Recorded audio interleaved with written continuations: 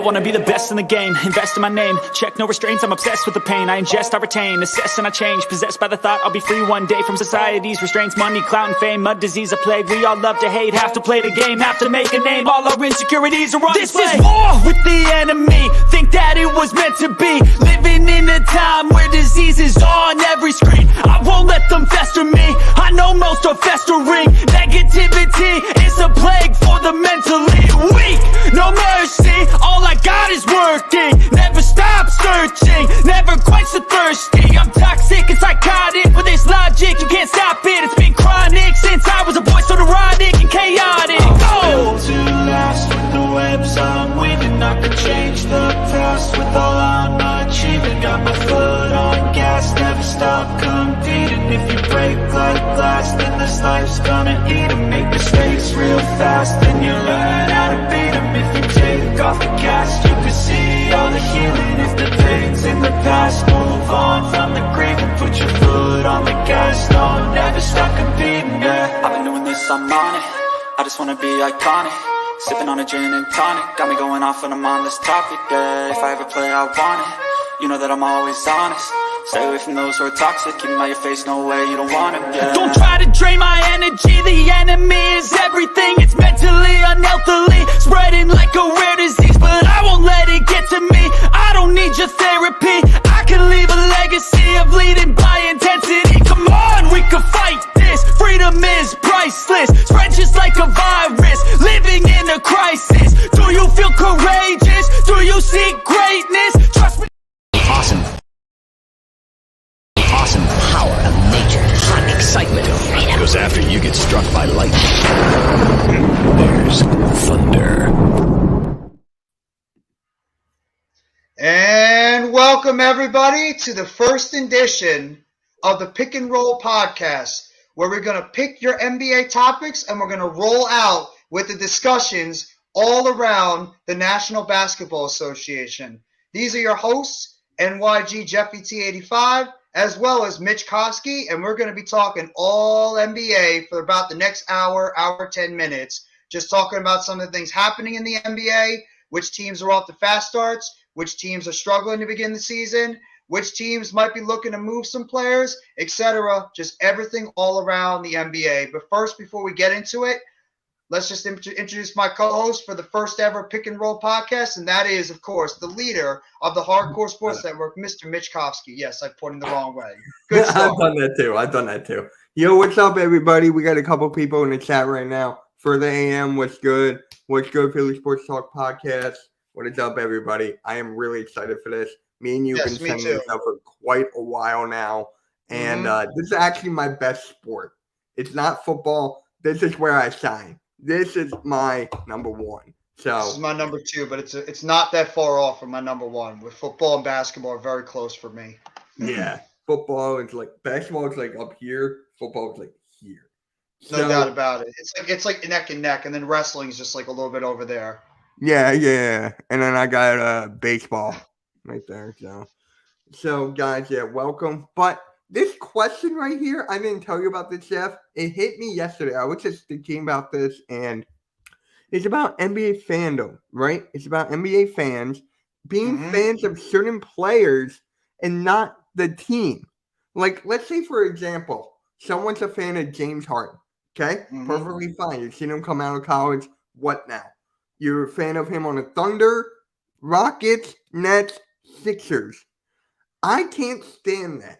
I don't like it because you don't know the history of what these fans have been through since the beginning of time with that certain team, like me, the Processors, and I'm sure with you and the Nets. So let me know. How do you feel about this? Like, to me, I was just thinking about it yesterday. It's become a common thing in the NBA now, and not even just the NBA, but all around sports, where a lot of fans just now follow the certain type of player out there, and they don't bother to really get behind the team in general. So, I mean, it's the crazy thing about it. It's the new age of sports right now, where fans are pretty much getting behind. Say if you're a LeBron James fan, you're all of a sudden going to become a Lakers fan currently. If you're a fan of Kevin Durant, you're a Nets fan. if you're a fan of Joel Embiid or you're a Sixers fan. That's how it's more active. That's more how it's more like nowadays compared to when fans back then were more about the team and that players come and go, but they're always going to represent that team no matter what. It feels like since the Big Three era has really started, all the way back with the with the Boston Celtics during like the Garnett, the Allen, and the Paul Pierce days, is that everything has really changed going forward. So I really want to. I'm curious why that's happened and why fans just don't get behind this, like your team in general. But we'll have to wait and see. It's just the new age of basketball fans going forward. Yeah. So what's up, Screggy? Basketball's your number one Reggie, sport. his name is SK Reggie. I got that messed up before. Sorry about that. Apologies. But No, do you it's guys okay. take open calls? Maybe we'll get down there like later on. We'll have like a call in or something. I'm gonna get in on Absolutely. this table. I'm a Suns fan for this is the biggest Suns fan that I have met on YouTube. And dude, I'm he's curious to been see how he feels about the Suns this year too. How's his yeah. expectations He's are been for them? through it since the thick and thin. So I am really like for this fan thing and what players like to me, I can't stand it. Yes, you can like a certain player, right? During when Dirk was playing, when Dirk was in the game, he was my favorite player on the team in the NBA, my favorite player at that Yeah. time. So I'm still rocking with the Sixers during the process years and all of that. You can like different players, but to me, it's like you're a bandwagon. You get what I'm saying? Like you go here, then you go here, then you go here, then you go here. Philly fans hate it. People on Twitter were DMing me yesterday after I tweeted that, and they're like, dude, I can't stand people like that. I can't stand. I'm with the people that rock it with me in the beginning. Yeah. I can't stand it either, and I've had to go through it for the past couple of years because of the fact that we pretty much had Kevin Durant and Kyrie Irving here, and even James Harden at a point. You had all these bandwagon Nets fans coming around, and it makes Nets fans like myself, like Hit Squad Productions, like NYG22, aka Unpopular Opinion Sports, Adam Costas. We've been Nets fans since the beginning, and it really makes us feel like that we're just pretty much, they think we're bandwagon fans this whole time, and we're not real fans, and it sucks. Because the fact that you've had these big three teams being formed all the way back to when LeBron James did the AK decision, and then everything like that. It's just people have been jumping on the bandwagon of whoever is the good team going forward, and it sucks. But that's just the way the new age NBA fans think right now, is they'd rather root for the player instead of getting behind the team fully. Yeah. Brooklyn is playing tonight, and I got news that TJ Wood is playing on Friday. So he is playing? TJ Warren for the first time this year. He's been out pretty much the entire season, including last year with a foot injury. He had foot surgery after playing with the Indiana Pacers the year before. He will make his return for the Nets, and you know what? That's going to be a big boost for us because we could use a guy like TJ Warren out there because his ability to be able to score in the second unit, and we have not really been able to have any type of scoring at all. Yeah. Do you guys like sports bet? I don't bet. No, I'm not a bettor. I'm not a bettor. I'm not either. You're not the only viewer on Twitch, you are, but not on YouTube.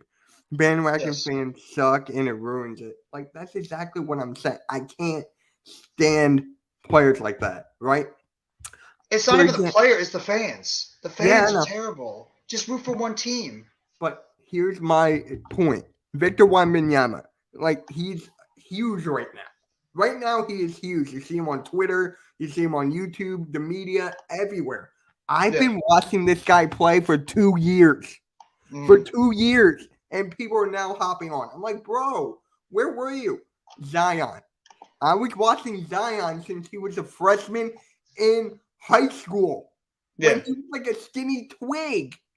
And now he's like dunking on everybody and all this. I can't stand fans like that. I just can't. I take this basketball seriously.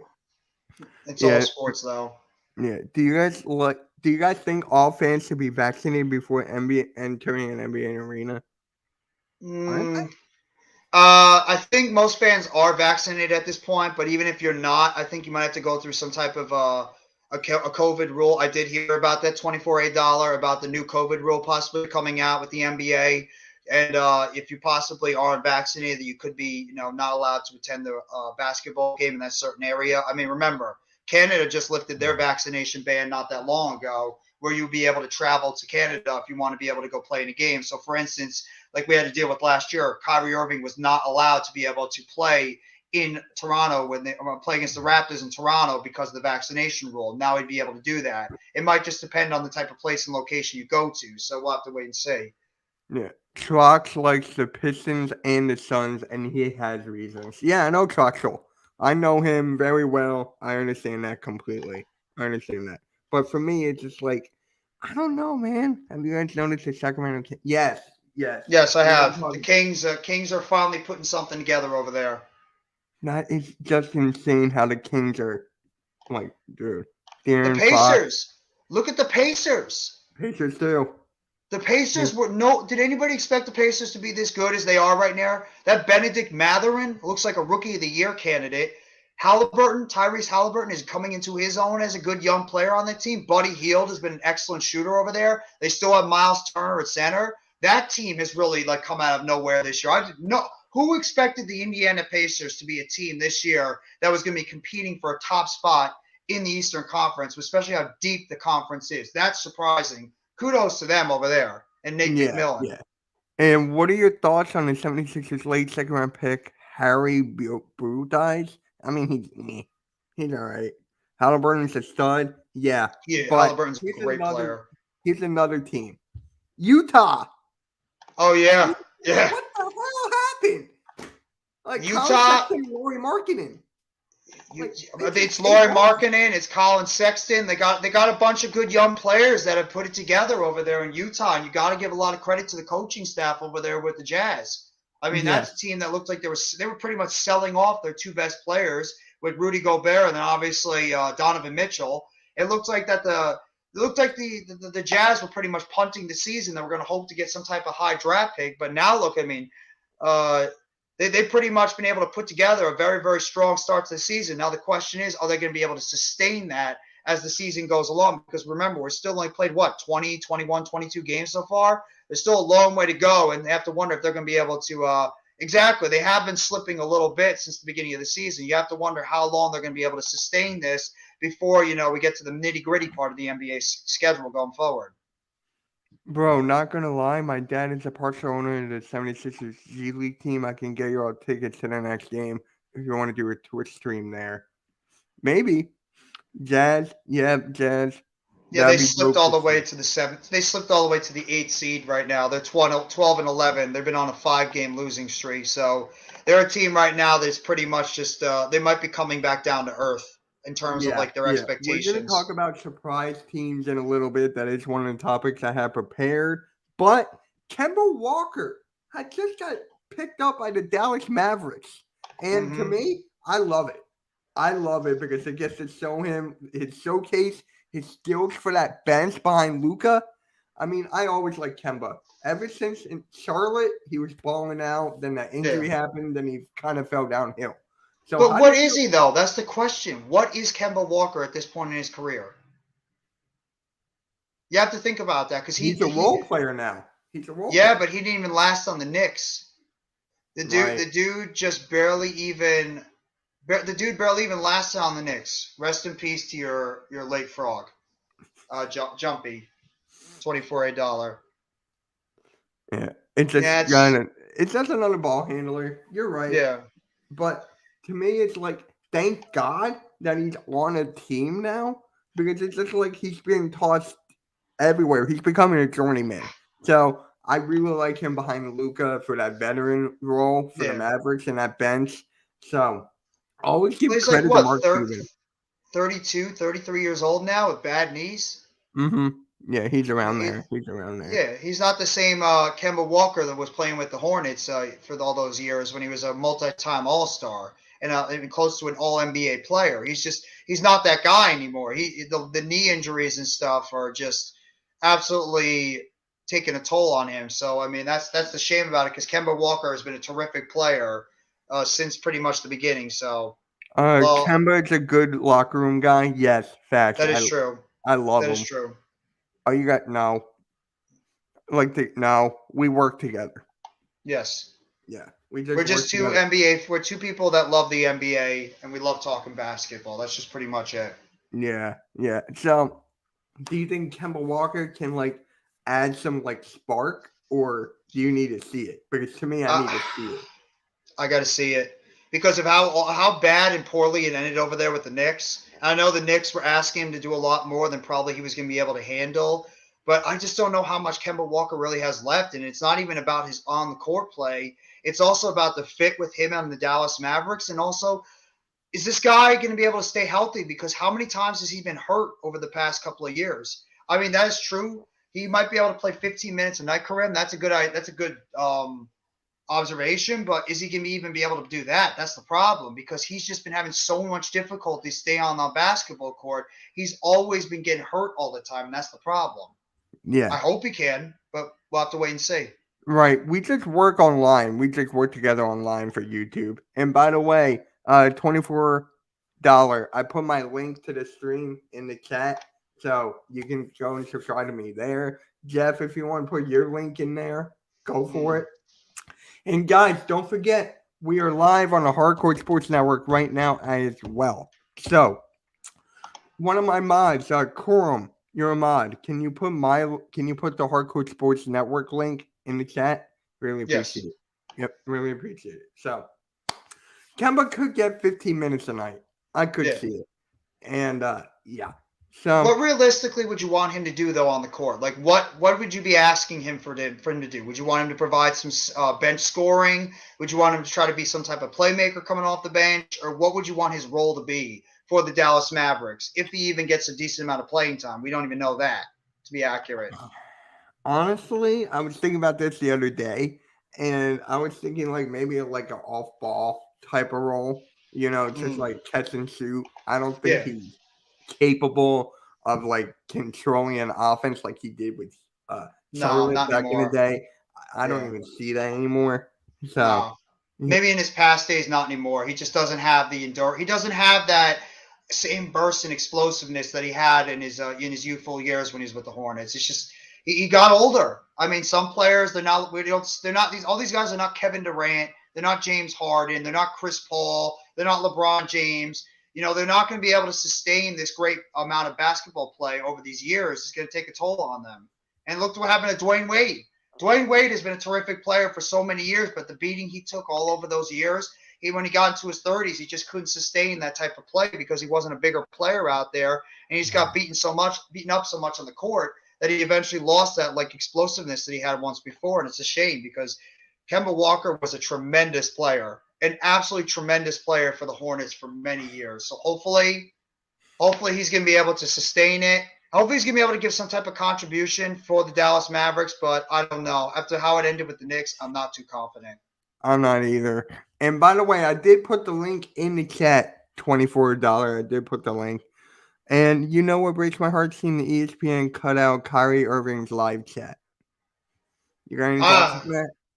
Yeah, I mean, ESPN, I think they're a little bit soured on what happened with the whole Kyrie Irving situation a little bit earlier this month. And I'm not going to get into it. Everybody already knows about it. So I think ESPN is a little bit sour with that whole thing with Kyrie Irving. But at the same time, let bygones be bygones. ESPN, they're salty. I don't understand why they did something like that. I mean, it's a live channel. Unless there was some type of controversial stuff being talked about on it. We all know Kyrie Irving's a very free spirit. He's not afraid to toe the lines or anything. So I don't understand why they did that. But, I mean, it is what it is. Right. So we were talking about this a little bit, but let's dive into it some more. It was like any surprise team so far. We did discuss Utah, the Kings, the Pacers. Is there That's a brilliant point. What? Oh, no, he's right. Really? SK Reggie, yeah. Kyrie Irving's only playing 111 games with the Brooklyn Nets due to injury, due to the COVID vaccination stuff, and obviously due to the suspension that he's had this year. So pretty much it's just he's pretty much just not been able to stay on the court for as much as we hope. The Kings have definitely been a surprise this year. Yeah. Kings surprised me. Yeah. I mean, the Pacers are doing – the Cavaliers, would you call that a surprise or no because of all the pieces? No.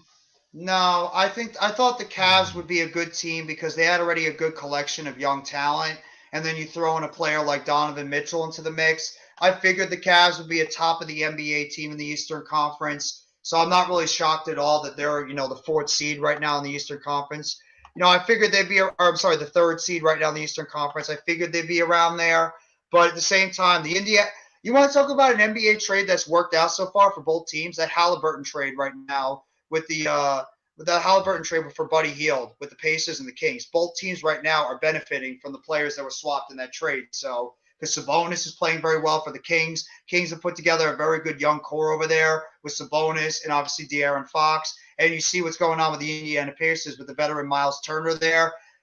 Benedict Mathurin, who's one of the top rookies right now in the NBA, as well as Tyrese Halliburton and the way he's playing so far. So Pacers and the Kings. I would have said the Jazz, but they're starting to slip a little bit now. But I'd probably say the Kings and the Pacers are two of my big surprise teams so far in the NBA early on in this season.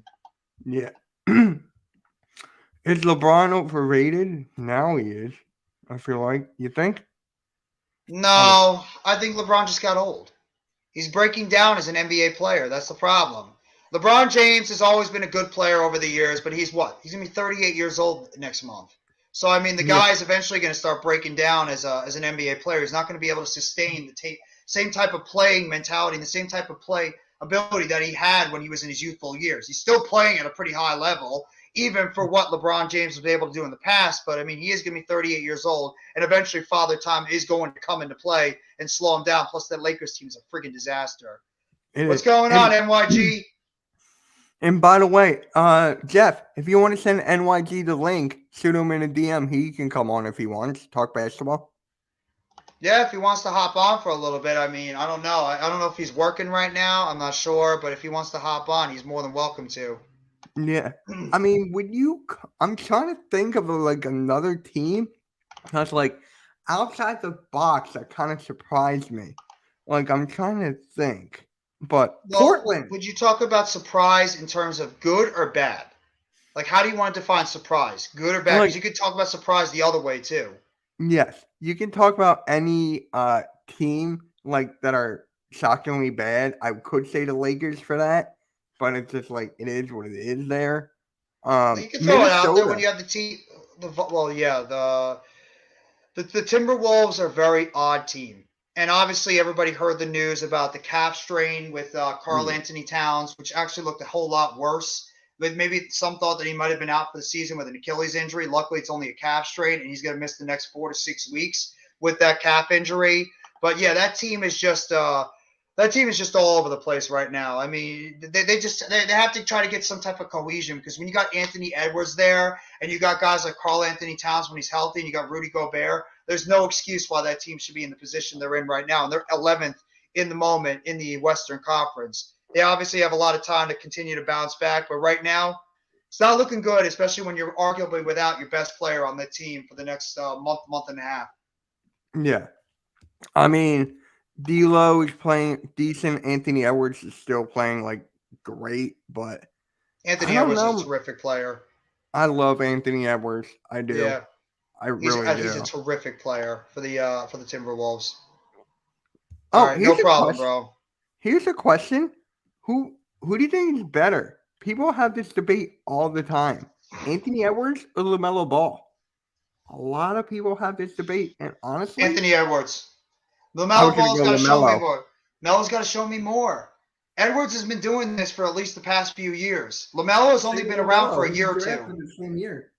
Yeah, but I thought Edwards has been a little bit more consistent than LaMelo Ball has. LaMelo Ball has had some really good, blips on the screen from time to time, but Anthony Edwards has been a lot more consistent of a basketball player. I do like LaMelo a lot more. I do like LaMelo overall as a basketball player, but I got to see him do it in a more consistent way compared to what he's been doing so far in his career. I mean, he is banged up pretty much at the beginning of the season too, so he's got to just be able to go out there and be able to stay on the court and be a consistent force for that Hornets team that's just looking to try to have some type of direction right now going forward, even though they got guys like P.J. Washington over there.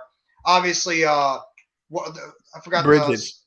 Well, we already know about that situation going on. Then one of their best players just got hurt recently again. He seems to get hurt all the time.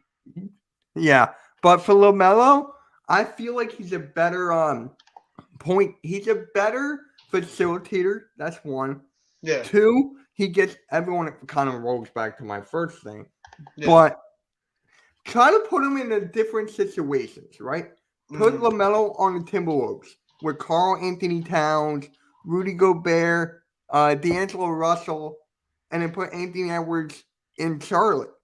So would Anthony Edwards have a good career with those pieces as of him and Tim in the Timberwolves with those pieces? Because honestly, I think LaMelo is better he makes everyone else better, I feel like. He might actually be better when he has somebody like a good point guard to be able to feed the basketball to him in certain areas where he can be able to pick up those jump shots in the middle of the court or even be able to step behind the three-point line. And he's very good at slashing to the basket as well. So, I mean, that could be the case. If you'd be able to give him a good point guard that can get him the basketball while he heads to the lane or even for the outside for those mid-range jump shots, yeah. But I think he's in a good situation where he is now because so many teams are going to be focused on trying to guard against the basket for Karl Anthony Towns and now Gobert. That's going to be able to leave Edwards over there for the mid-range shot. He's going to be able to slash the basket and maybe even be able to pick up some assists because of the fact that you have those two big power forward / centers over there in the middle of the court, and he's going to be able to drain it from the outside. But I'm glad you brought up the name Ball because I want to talk about his brother, Lonzo, and when we might be able to see a guy like Lonzo Ball. There's been a lot of rumors going out there that Lonzo could be finished for the rest of the season, or he might be a guy that could come back sometime. I've even heard rumors he could come back by sometime in December from that knee injury that he's had. And that's a guy, the Bulls are a very good team overall. I think they have a very nice, well-constructed roster, obviously led by Vucevic, DeRozan, and Zach LaVine with a good young, promising players over there on that Bulls team. The question is Lonzo Ball going to be able to get back on the court and be that last final piece to put that Bulls team in a position where they might be able to compete for one of those top spots in the Eastern Conference? Yeah. So it's funny that you brought up Lonzo Ball because I was watching this YouTube video, I think it was a couple days ago, the whole injury thing of Lonzo, and the main reason of his injury history was because of his shoes. Like his shoes were so bad. Like Lonzo refused to play in those shoes, the ZO2s. Like he refused, and he actually played better without playing in those ZO2s. So it's like people are saying that it could be the ankle support, or just like that's why Lonzo left BBB because the shoes are bad, and he didn't like the father, and that guy is stealing all the money. So it's like he left. So I think it was the shoes why his injuries are so bad. I hate to say that. I don't even like the shoes. No. It could be the shoes, but I think it might be something more than that. I mean, the guy's been having injury issues constantly. The guy's always seems to be hurt, and that's one of the biggest issues with Lonzo Ball. He's not a shooter. He's not going to be able to go out there and score you a whole lot of points. What Lonzo Ball does very well is he has that length to be able to play good defense, and he's very, very good at getting the basketball to his shooters and to his players down low. That's Lonzo Ball's game. So, I mean, that's what they need. If you can have a guy like Lonzo Ball that's going to be able to drive to the basket and not necessarily shoot, but have the defense collapse on him, and he's going to be able to pass the ball out to a DeRozan, to a LaVine, or even get the ball down low to a Vucevic, it's going to only help that team out so much more to have a playmaker on the outside or going towards the basket like Lonzo Ball. And I really believe he's one of those missing pieces that could put the Bulls in position to be a top 4 team in the East. But getting to this question. Yeah, sure. Go for it. No, go ahead. Here, you can read it. No, you can read it if you want. Go for it. Suns proving me wrong. Gotta love it. People thought we were going to have a fall off. No Cam, or Chris, and we're cooking, and Ja will be traded for solid pieces. The thing I will say about the Suns right now, to me, are too much of a finesse basketball team. And it was proven in the NBA playoffs last year, where the Suns were able to just play run and gun basketball and be able to put up a ton of points, not being the greatest defensive team out there. They're more of a team that loves to shoot the threes. They love to do the jump shots. They're not really a team that is going to be able to bang bodies down low, pause, and be able to try to get to the basket, etc. So that's the problem with the Suns, and it was evident as day when they played against a team like the Dallas Mavericks in the playoffs. And the Mavericks did not have the type of talent to match up with the Suns, but the Suns just didn't play any type of physical brand of basketball. And we all know, if you guys know the NBA, the one thing you need to be able to do is you need to be able to rebound very well, you need to be able to make timely shots, and you need to be able to play defense. And you have to be more of an aggressive basketball team. You have to be more of a strong-willed, rebounding, tough type basketball team. And I did not see that at the Phoenix Suns last year. Maybe they'll prove me wrong and they'll prove all the pundits wrong this year, but I just don't trust the Suns when it gets to the nitty-gritty in the playoffs right now. They're going to be a great regular season team, but the question with the Phoenix Suns is, are they going to be able to turn it up on the defensive side, on the rebounding side? And I look at a guy specifically in DeAndre Ayton, who is your big center over there in the middle. He's got to establish himself as a dominant rebounder, a dominant defensive player. They're playing great defense now, but look what happened to them in the playoffs last year. They got physically dominated by a Dallas Mavericks team that they had no business getting dominated by in the playoffs when you played as well as you did all season. Got to see this team more in the playoffs. To me, for the Suns, it's gravy what you do in the regular season. Prove it to everybody in the playoffs. That's where you need to get it done. So before we answer this question, on my old network that I was a part of, we had a big debate on our basketball podcast called The Fadeaway. And we were talking about MVPs who should be in the discussion, who should not be. People were saying Devin Booker should be one. And I was saying Chris Paul. Because you know why? Chris Paul in the playoffs, they would not have been in the playoffs without Chris Paul. The Suns would not even been there. So Absolutely. To me, I gave my MVP vote last year to Chris Paul. So I love Devin Booker. I love him.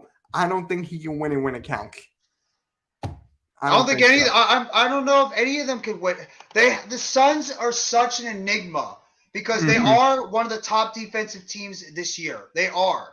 Yeah. But I want to see what this team could do when it gets to the playoffs.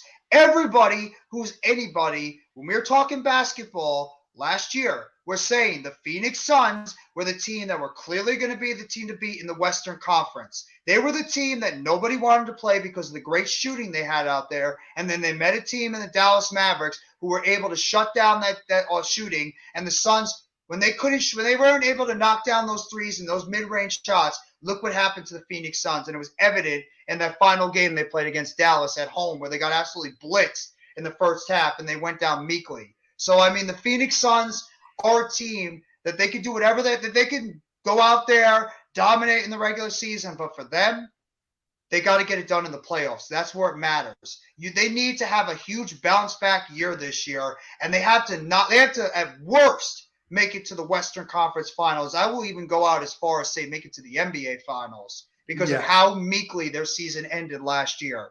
Yep, I definitely agree with that. I definitely agree. So, what do you mean about Ball defense? I think he's talking about Lonzo Ball's overall defense. His defense in the game. He's one of the best perimeter defenders in the game when he's healthy. I agree. He is. He's a terrific defensive player. He's like a Ben Simmons. He's a Ben Simmons type of player. But Ben Simmons can shoot the ball too. Ben Simmons has actually had his percentage up recently. He has. Oh, really? When Ben Simmons not shooting, 10, 16, 20-foot jump shots, and he's driving to the basket and getting those short layups or those short putbacks, that's what the type of game you want to have from Ben Simmons. He's got to play aggressive. And that's the same thing with Alonzo Ball. You have to play aggressive to the basket. He's not going to settle for those deep shots. He's got to be able to drive to the basket and be able to, get some of those putbacks back, feed his teammates on the outside, have the coverage come down to him near the basket, and then dish it out to your three-point shooters so they can knock it down on the outside. Yeah. Exactly. SGA is the same type of player. I'm glad you brought that up, Karem. That's exactly who he reminds me of. Mm-hmm. So DeAndre Ayton been great the last 5 games, averaging 24 and 15. Yeah. Can he do that in the playoffs? Yeah. That's my question. Yeah, he's not settling for too many threes. Yeah. The Suns, I have to see them get it done in the playoffs after how meekly they went out last year when they dominated the Western Conference. They didn't just win. They dominated the Western Conference all throughout the season. They were clearly the best team in the West last year. And the fact they went out so meekly in the playoffs. I know the NBA playoffs, they have those moments where a top seed just runs into a team they don't match up very well with. And that's what happened to them. They didn't match well up against the Dallas Mavericks, and they ended up getting knocked out. But at the same time, Phoenix is right now needs to go through. Need to have a bounce big bounce back year this year, and they need to go out there and prove to all the pundits that might be questioning that team so far that they can get it done when it matters in the playoffs.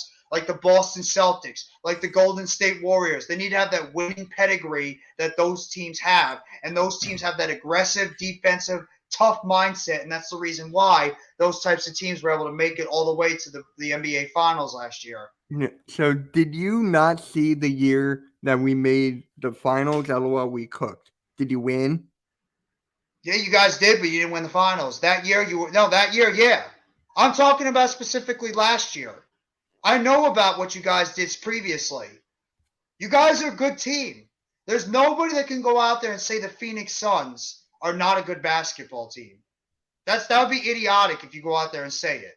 They're a good basketball team, but the question with them is, can they get it done in the clutch when it matters in the postseason? They came close in the NBA Finals a couple of years ago. Well, Embiid, you know what? I would say the same thing about Joel Embiid. I would too. I would, and I'll say the same thing about my team.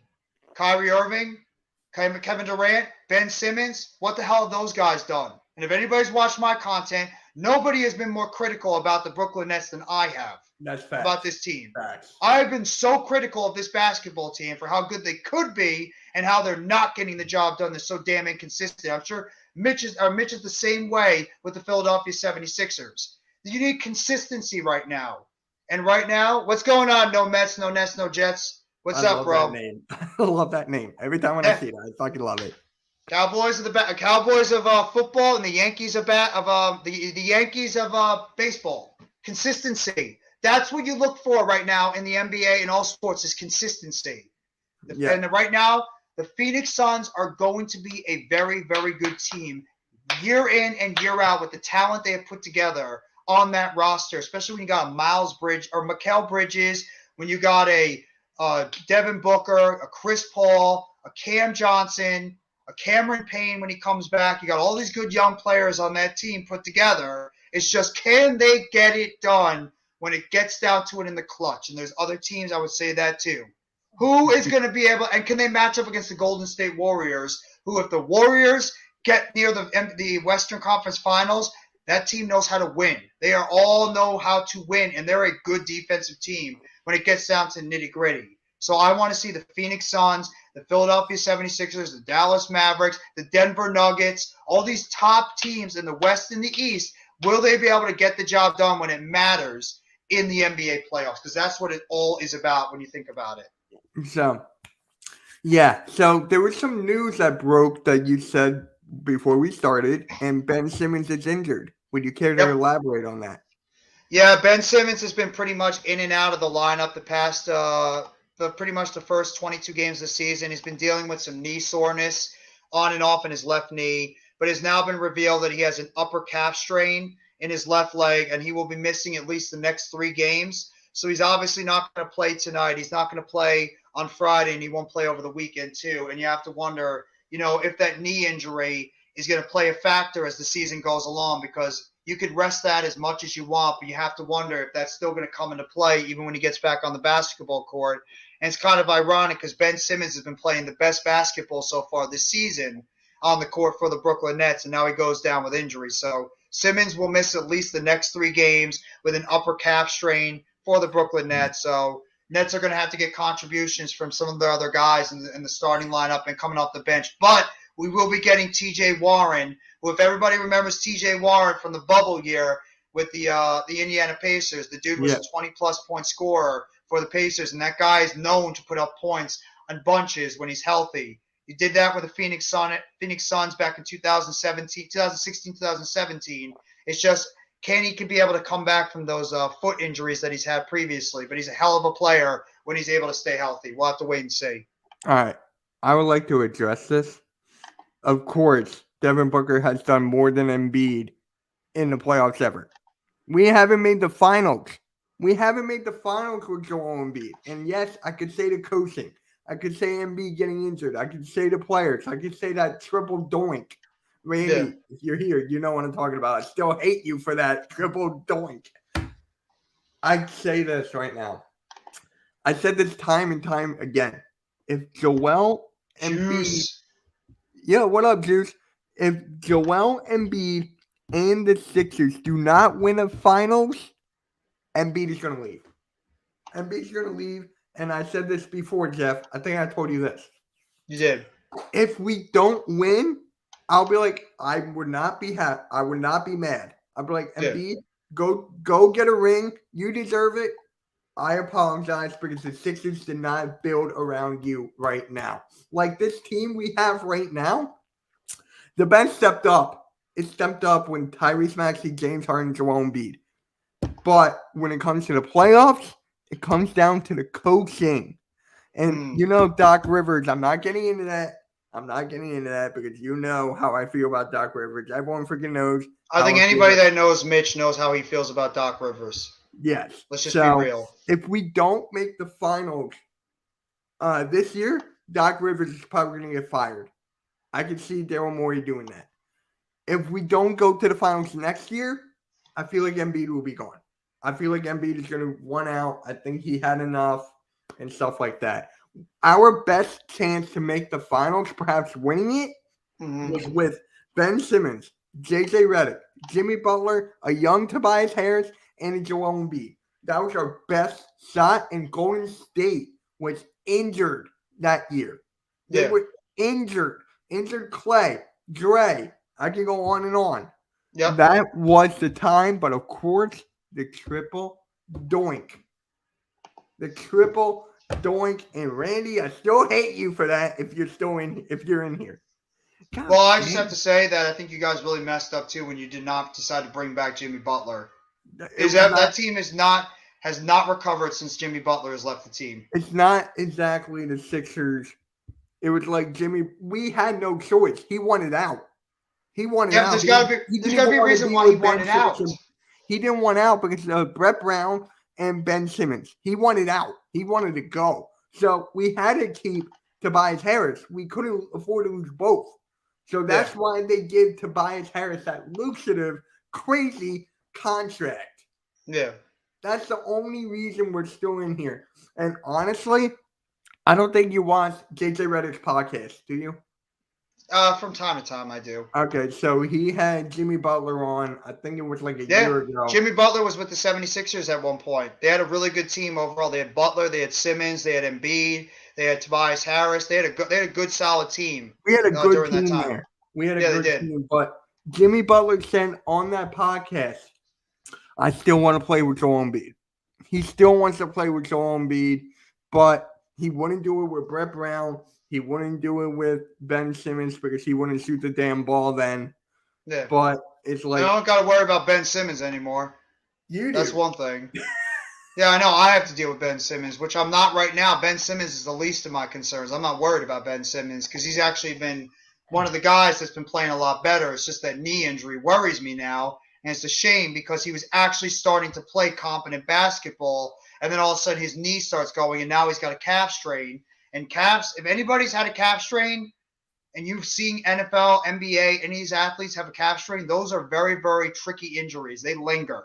So 3 games, that's the minimum. Do not be shocked if Ben Simmons actually misses more games than that. But yeah, 76ers, they were they had a great roster at that point. And that was their chance to really go out there and pretty much win a championship. They still got a good chance now when Harden, Maxey, and Embiid are all healthy, and they got a good bench and rotation put together. And I still think Tobias Harris is a solid player overall. So we'll have to wait and see. The main reason people want him gone is that contract 1. 2, he's not has been aggressive as he has been with those players out. We need Tobias Harris to be aggressive. That's why I really want John Collins on this team. I want Tobias Harris, John Collins swap. That's what would it take? Would they take that deal? Would the Hawks take that deal? They would need a couple draft picks. You're going to have to throw you might have to throw a first round pick in. You don't have a money first because of the second. Throw a second. You don't have a first. Did you throw a second? I think we can afford a second. I'm not exactly sure, but yeah. So it's crazy. It really is, but I want John Collins because he's younger, B, he's attacking, and 3, he's fast. He is so quick. Our pace for this team, Jeff, it's in the bottom. Like, we're so slow with this bench and Tobias Harris. Like, it's crazy. Oh my Well, God. also what hurts you guys too, and we've talked about it many times, that Ben Simmons for James Harden trade has not worked out for either one of those teams. Oh, And right, especially yeah. the Sixers were hurt by that trade because they were actually building something, not including Ben Simmons, but Seth Curry's sharp shooting from the outside.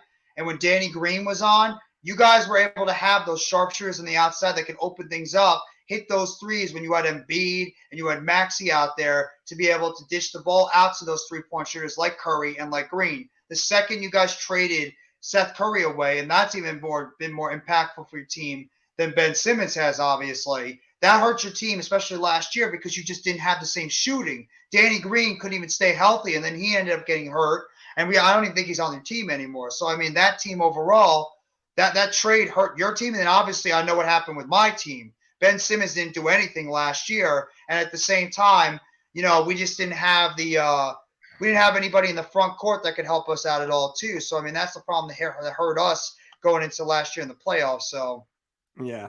I mean, that trade was good because we wanted Ben Simmons out, but we missed Curry. Like, we miss him so much. Like, our shooting is not as consistent as, like, where I would like it to be. yeah. Not Tobias Harris. PJ Tucker has not scored a bucket, like 3 points in the last 5 games. Yeah. Marquise Morris has barely done anything for us either, and we picked him up to be like that same type of player, an enforcer. Yeah. So that's Juice. If you ever wanted to get Embiid, you'd have to get rid of Zion or Ingram and more to get somebody like Embiid. It's going to be not Ingram. To be able to keep that whole team. It's probably be Ingram. I actually think it might be Zion, center for center. Yeah, dear God. If you guys get Wemby in a draft, I hope it doesn't. We're not going to get Wembanyama. No. We're not going to get Wembanyama. Sixers are the 5th seed right now in the Eastern Conference. They wouldn't qualify to get that. It's never going to happen. The Pelicans are getting Wembanyama. I still have to make this video and keep on forgetting. Pelicans are going to get Wembanyama because because they have the Lakers pick. Exactly, because of the whole Anthony Davis trade. And how's that worked out for the Lakers? Yeah, well, I can't say that. The Lakers got a championship with Anthony Davis, so in reality, it has worked out somewhat. It's still a title, though. You can take it away. It's still a championship. I think everybody – well, no, we lost to them. Everybody basically owns the Lakers this year. We didn't even play them yet. The Lakers are a disaster right now in the NBA. They suck because they can stay healthy. I love how you guys just brought up the Lakers because here's the topic: pretenders and contenders. We can have fun with this one. We can have a lot of fun with this topic. Let me bring up I'm going to bring up like the teams and stuff. So give me some teams that you think are pretenders or contenders. Let me bring up the entire league here. So you got any teams, Jeff? Thunder own the Clippers. Well, I mean, the one of them I could see.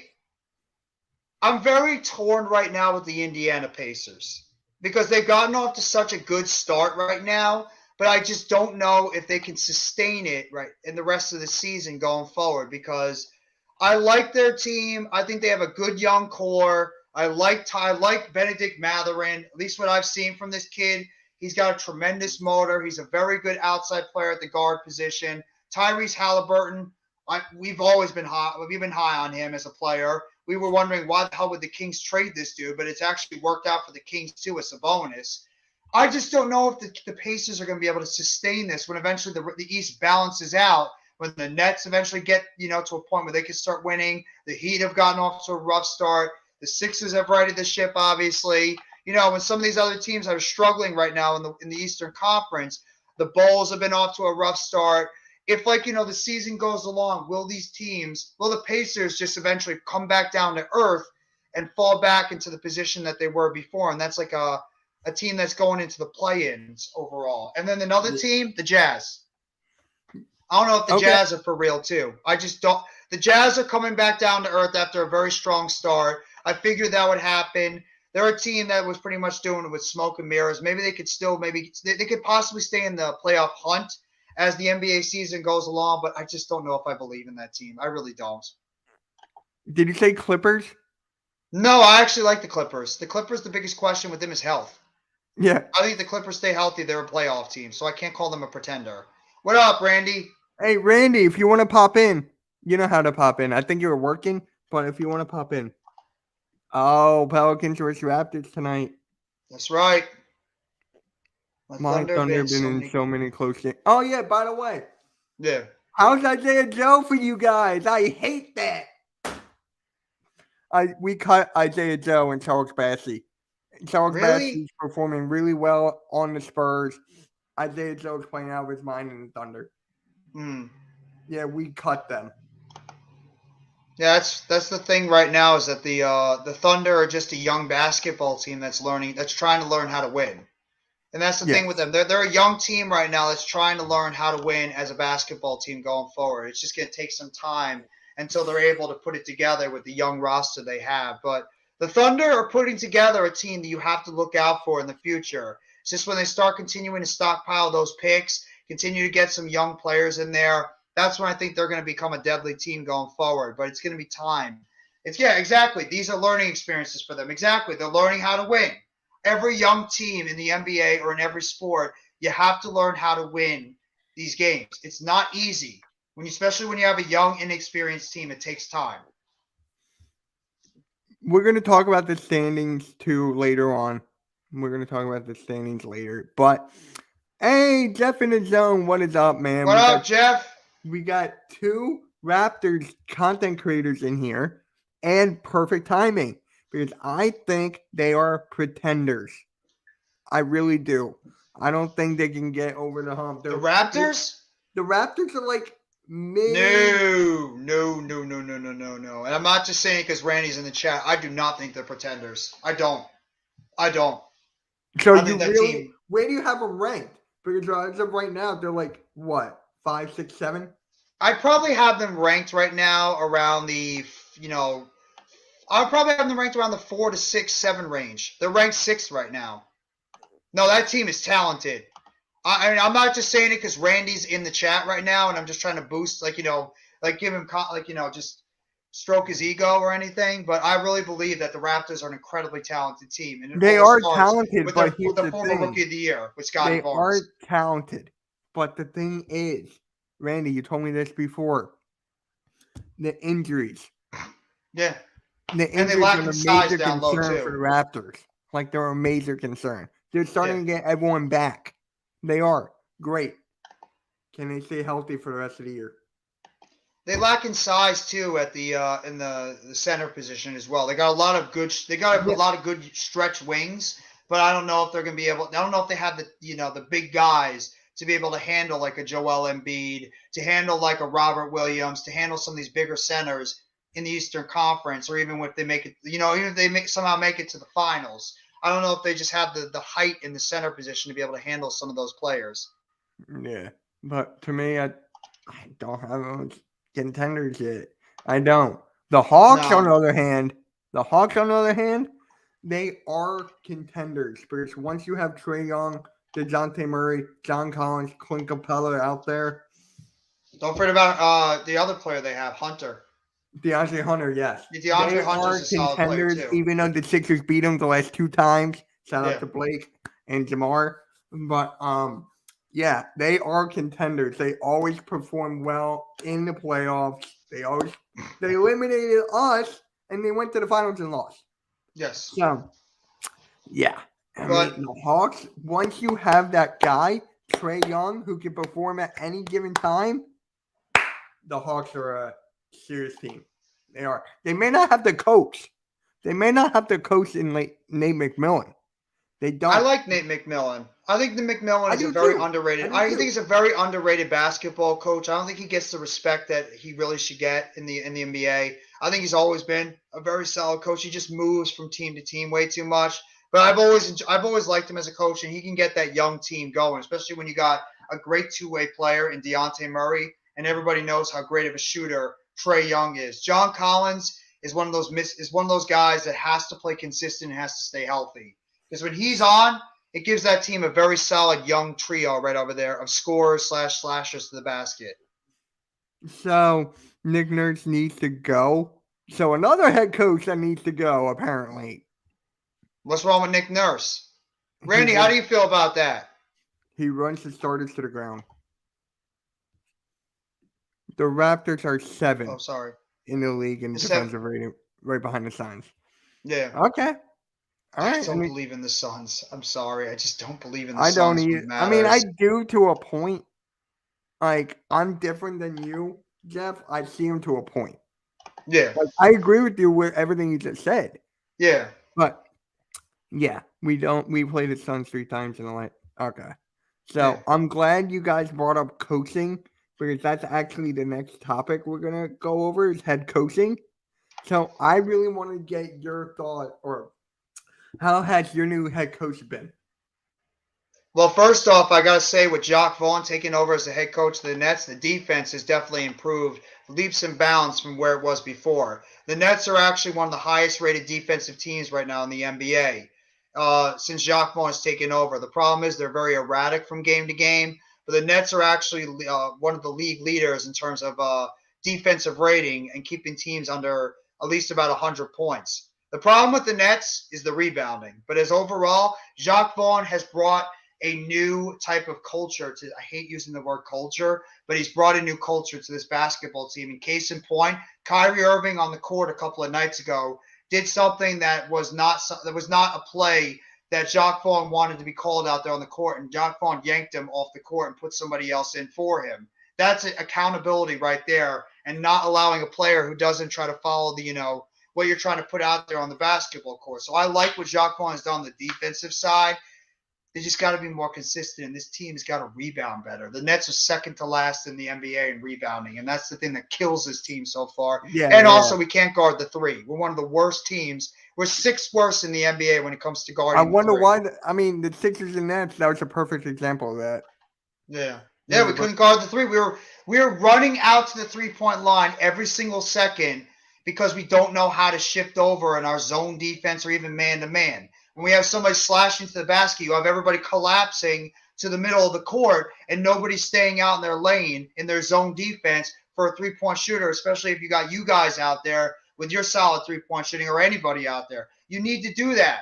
The Nets defense when it comes to guarding the 3 has been horrendous. They've been hitting threes great, which I actually fell off my chair when I found out they're the number 1 team right now in the NBA in terms of 3-point shooting when Joe Harris and Seth Curry and all these guys have been so damn inconsistent shooting from the outside. But when it comes to Jacques Vaughn, not to stray away from the topic, Jacques Vaughn has brought a defensive culture and a new mindset to this basketball team that Steve Nash was not bringing. It's just the Nets have got to be more consistent in terms of their overall team play from night in and night out. That's where it's really going to be defined. Yeah. So, you guys, defensively, it's shocking because all those players you got for defense, I'm just shocked. It's also we're one of the leads in block shots too. And that's a lot to do with Nicholas Claxton, Ben Simmons, Kevin Durant's been blocking shots a lot more. Royce O'Neal, who's been one of my underrated favorite additions on the team, a 3-and-D guy. And, of course, Yuta Watanabe, who's also been an excellent player that the Nets brought in. The problem with him is he just can't stay healthy. He's been battling injuries all season. So the Nets have some good 3-and-D players.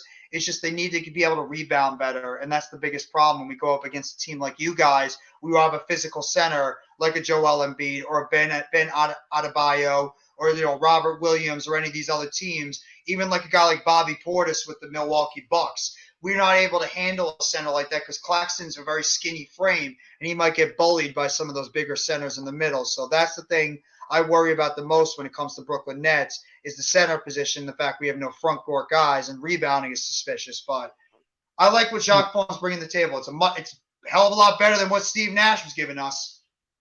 Yeah. So I was just going to say, Steve Nash, I don't get a video coach. Maybe like somebody giving video instructions on how to coach or something, like, video coordinator or something like that, I could see. Yeah, we don't exactly. Have That's what I meant, center. Randy. That's what I meant. You guys don't have a solid center right now. Yeah. So to close off the first episode of the Pick and Roll podcast, which is honestly very a great show, I think, so far. And guys, make sure you hit the like and subscribe on both of our channels and the Hardcore Yes. Sports Network. Make sure you Every go to each single one of the Wednesday. channels. Yep. Every single Wednesday at 5. And I got a special plan for next week. So who's the MVP right now? I want your opinion. Because That's I a think good mine one. is gonna. I think we're both. Okay, if you got your answer, we're gonna say it at the same time. You go first. I'm curious to hear your MVP. All right, Luka. Luka, interesting. The points he's been putting up, it's just historic. I think he's averaging 32, 9, and 8, and something like that. So I was watching this video, Jeff. I don't know about this YouTuber by the name of Jimmy High Roller. I've heard of him a little bit. Yes, you gotta go check him out. Everyone go check out Jimmy High Roller on YouTube because he does a great breakdown of stats, MVP, the history, and all that. Luka Doncic is number 1 in the MVP ratings, and all these other players are having historical seasons. Besides, Luka is just he's by himself. It's 32, 9, and 8. No one else has. Iverson Vlog says it right here. Yeah. What? Luka. He says it right there. No, he's saying Luka doesn't have any help. Pretty much, it's just Luka, and then. Yeah. Yeah. Pretty much. He's the only guy in history with averaging 32, 9, and 8, or 32, 8, and 9, however you want to say it. So that's mine. What about yours? I'm gonna go off the grid, and I dislike this team so much because of what they did to us last year. Oh, I know where you're going. I'm gonna go with Jaylen Brown. Jaylen Brown. I thought you meant Tatum. No, everybody always talks about with the Boston Celtics, Jason Tatum first. Jaylen Brown continues to play excellent basketball year in and year out. And if everybody watched the playoffs last year, it was not Tatum that led that team in scoring, efficiency, rebounding, defense. It was Brown that was the number 1 player for that team.